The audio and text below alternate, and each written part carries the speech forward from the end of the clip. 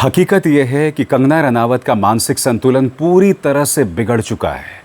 मुझे डर इस बात का है कि वो बीमार हैं, क्योंकि वो अनाप शनाप बातें कर रही हैं। अब उनका ताज़ा बयान आया है जिसके अंदर वो कह रही हैं कि ये जो हिंदू हीरोइंस हैं वो जब इस्लामिक लोगों से संपर्क में आती हैं तो वो कट्टर वामपंथी बन जाती हैं। मैं चाहूँगा आप कंगना का बयान सुने, मगर मुद्दा वो नहीं है। जैसे ही कंगना ने ये बात कही तो उनका एक और बयान वायरल होने लगा। बहुत ज़्यादा पुराना बयान नहीं है, और इस बयान में, इस इंटरव्यू में कंगना एक पाकिस्तानी शौहर, एक पाकिस्तानी दुल्हे की ख्वाहिश जता रही हैं। मैं मजाक नहीं कर रहा हूं दोस्तों। इस प्रोग्राम में आपको अंत तक मेरे साथ रहना पड़ेगा। मैं कंगना की चर्चा इसलिए कर रहा हूं दोस्तों क्योंकि इन्होंने जेन ज़ी को गटर बताया था। मैं कंगना की चर्चा इसलिए कर रहा हूं क्योंकि ये औरत, इसने मेरे किसानों का अपमान किया था, जिसके चलते एक लड़की ने चंडीगढ़ में इन्हें ज़ोरदार तमाचा मारा था, जिसका मैं समर्थन नहीं करता हूं।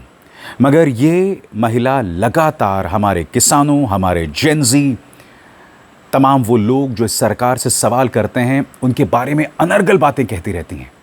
और अब उनका ये ताज़ा बयान कि हिंदू हीरोइंस इस्लामिक कट्टरपंथियों से संपर्क में आती हैं और फिर कट्टरपंथी वामपंथी बन जाती हैं। सुनिए इनकी वाहियात बकवास।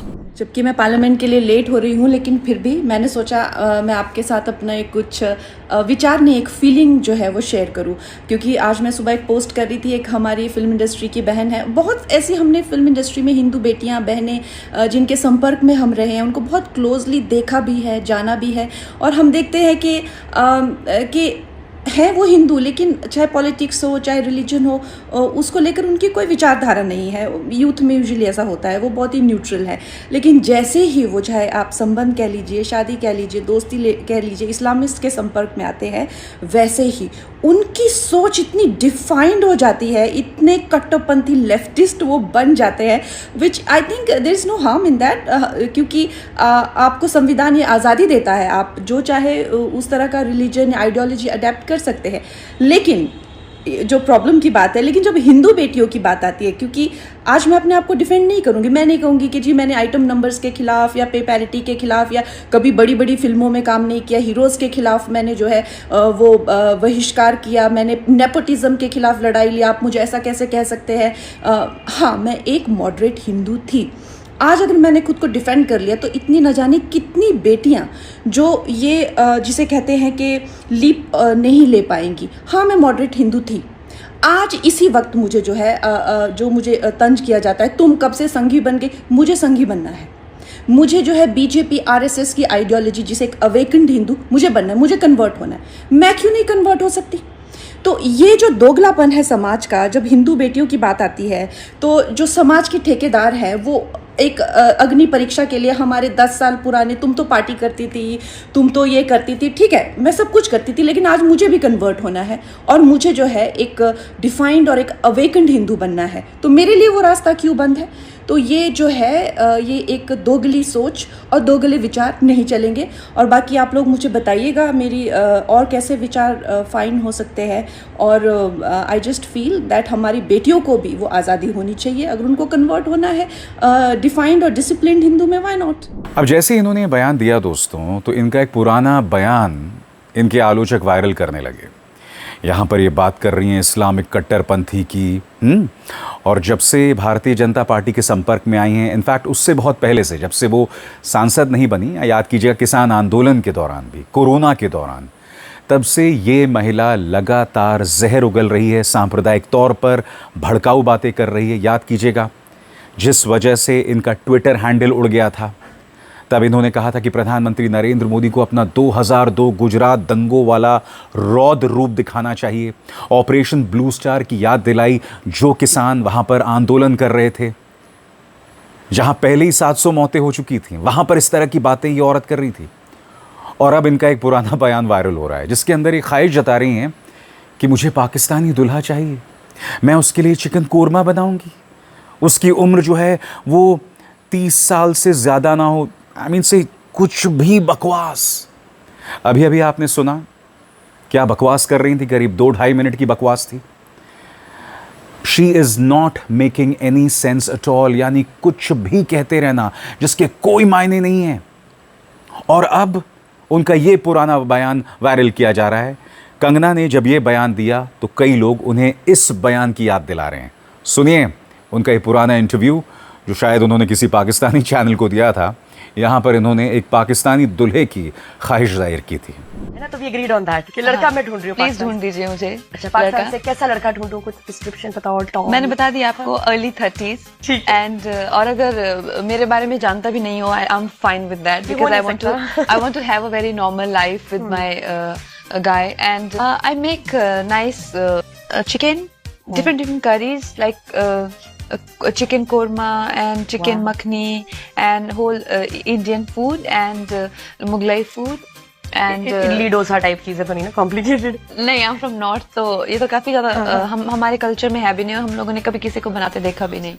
और अब एक जरूरी संदेश, सच के इस सफर में मेरा साथी बनिए, मेरा चैनल ज्वाइन कीजिए और इनमें से एक विकल्प, एक ऑप्शन चुनिए। शुक्रिया। मैं जानता हूं आपके जहन में क्या होगा।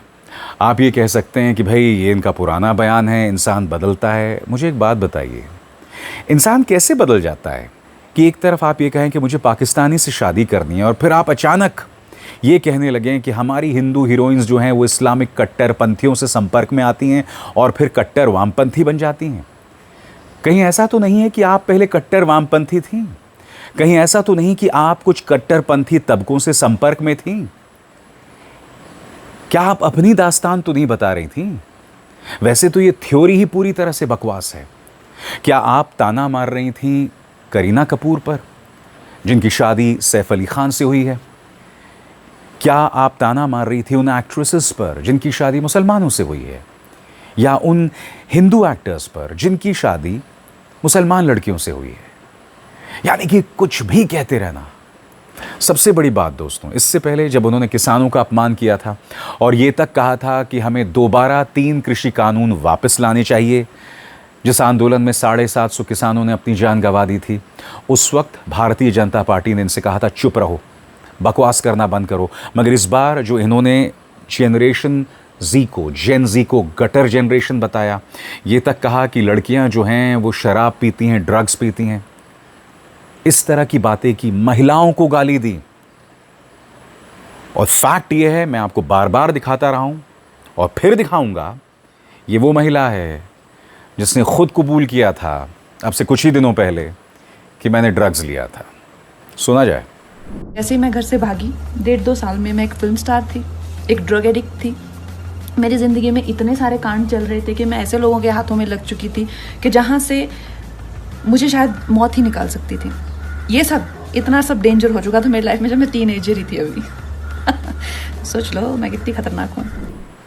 और यही नहीं, ये फिल्म प्रमोशन में जाया करती थी, मंच पर खड़े हो जाया करती थी और कुछ भी कहती थी कि हम जोरदार दारू पिएंगे, जम के दारू पिएंगे।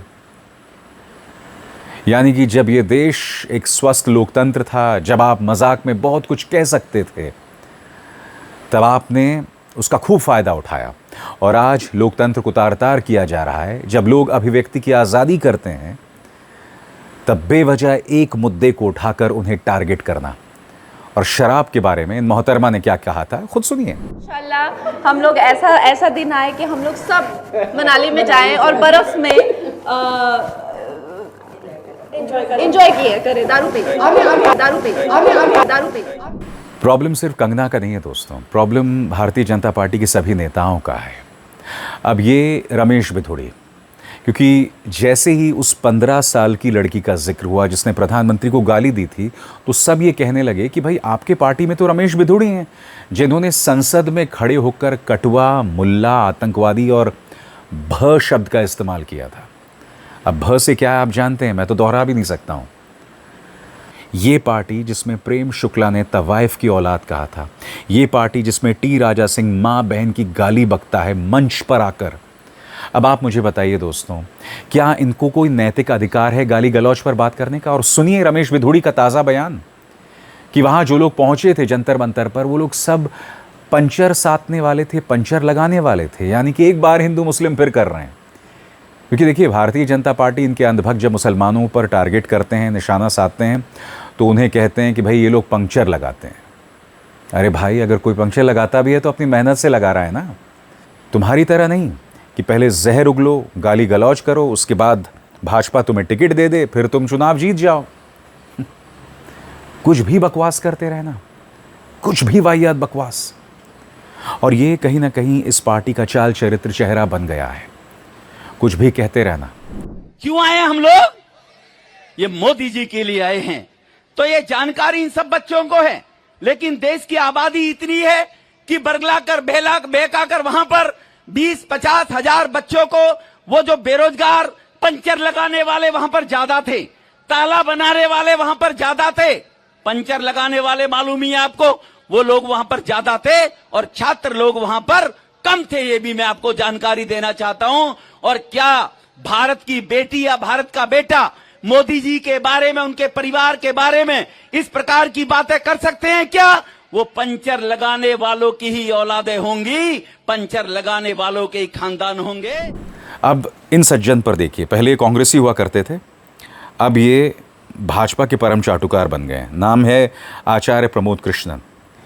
ये कह रहे हैं कि प्रधानमंत्री मोदी में दिखाई दी बुद्ध, महावीर और महात्मा गांधी की झलक। महात्मा गांधी को इनकी पार्टी और इनके पार्टी से जुड़ी संस्थाएं गाली देती हैं।